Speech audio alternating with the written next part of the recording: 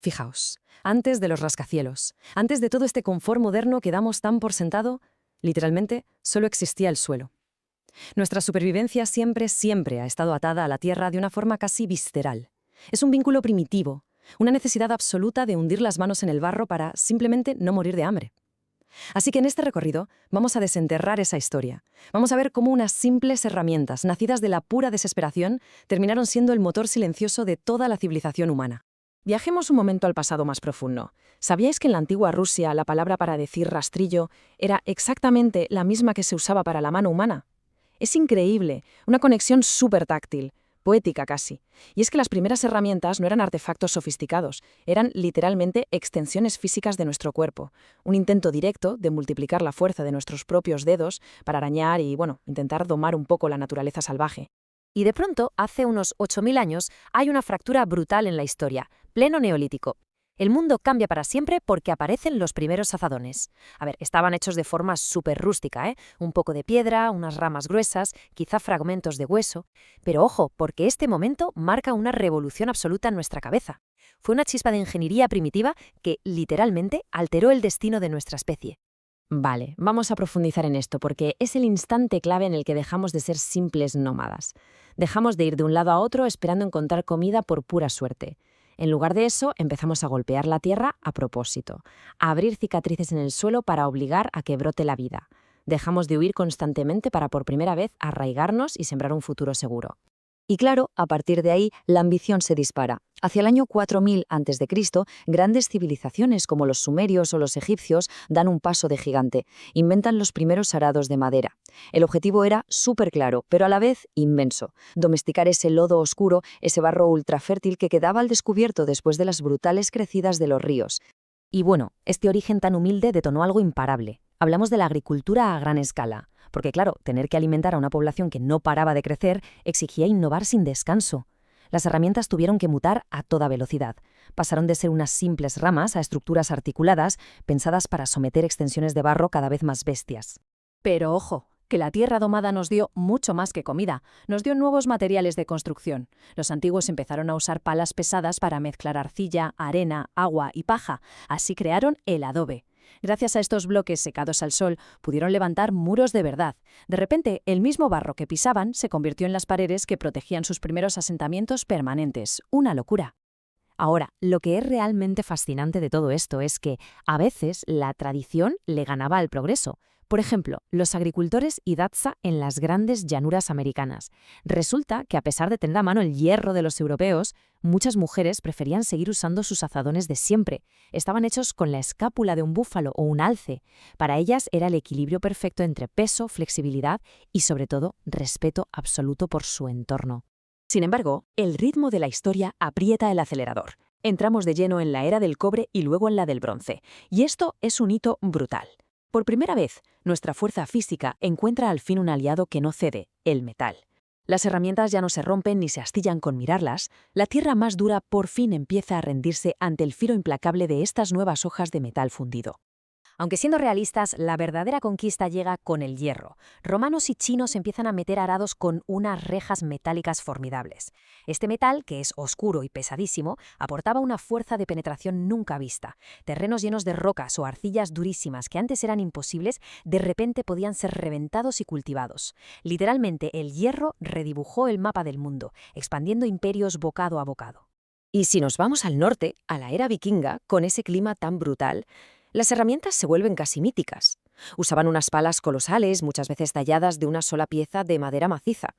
Eran trastos gigantescos diseñados no solo para plantar, sino para cavar trincheras profundas y levantar fortalezas de la nada, en territorios súper hostiles. Pero claro, en contraste con esas palas bestiales de exterior, dentro de las casas necesitaban algo mucho más delicado, herramientas súper precisas para el día a día. Fijaos, en asentamientos como Hedeby descubrieron peines de madera detalladísimos. Exigían una paciencia de hierro y los usaban para procesar metódicamente el lino. Ese mismo lino, que tras muchísimo trabajo terminaría siendo las velas de sus míticos barcos vikingos.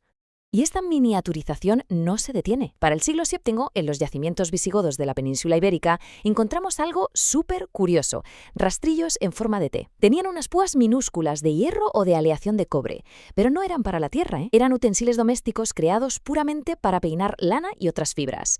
Es la misma ingeniería del campo adaptada al rincón más íntimo de la casa. Entonces llegamos a la Edad Media. Y aquí el punto clave es la fusión de materiales. Poner un borde de hierro pesado y súper afilado en un mango de madera grueso no era por hacer bonito, era pura biomecánica.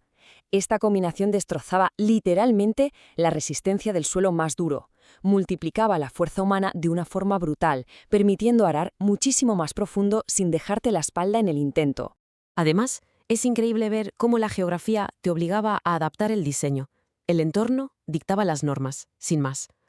En las tierras francas tenías herramientas finamente equilibradas, buscando la máxima precisión, pero si te ibas a Escandinavia, la necesidad vital de guardar comida antes del invierno forzó la creación de unas guadañas inmensas, máquinas de cortar diseñadas para segar forraje a lo bestia, en tiempo récord.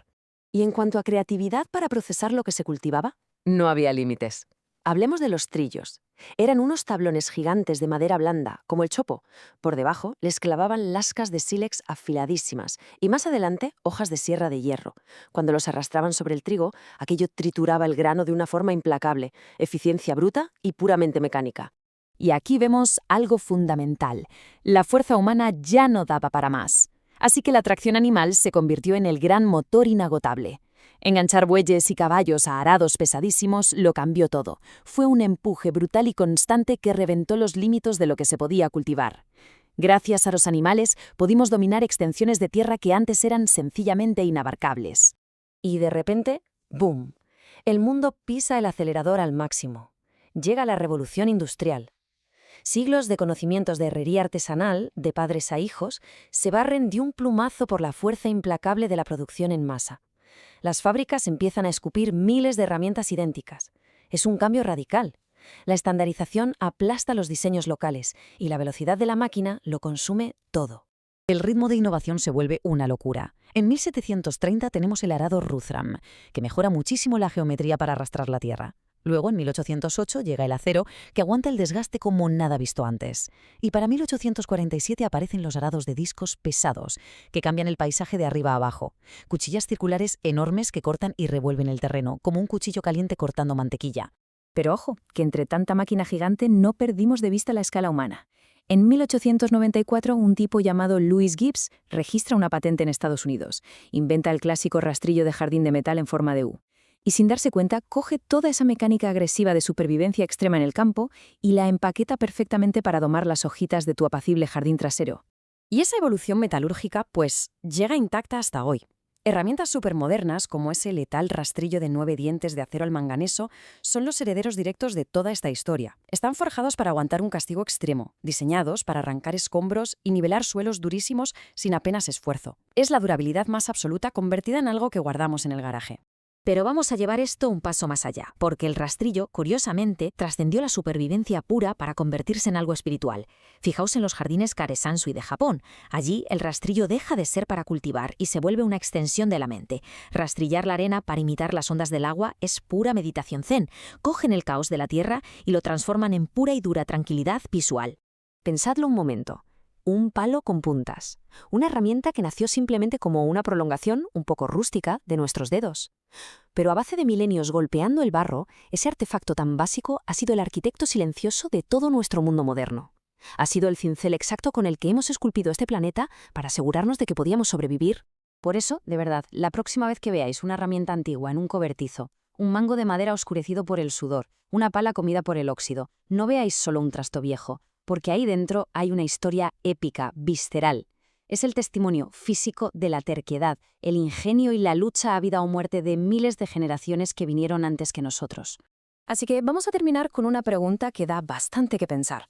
Llevamos milenios forjando metal y tallando madera, creyendo firmemente que éramos nosotros los dueños de la naturaleza.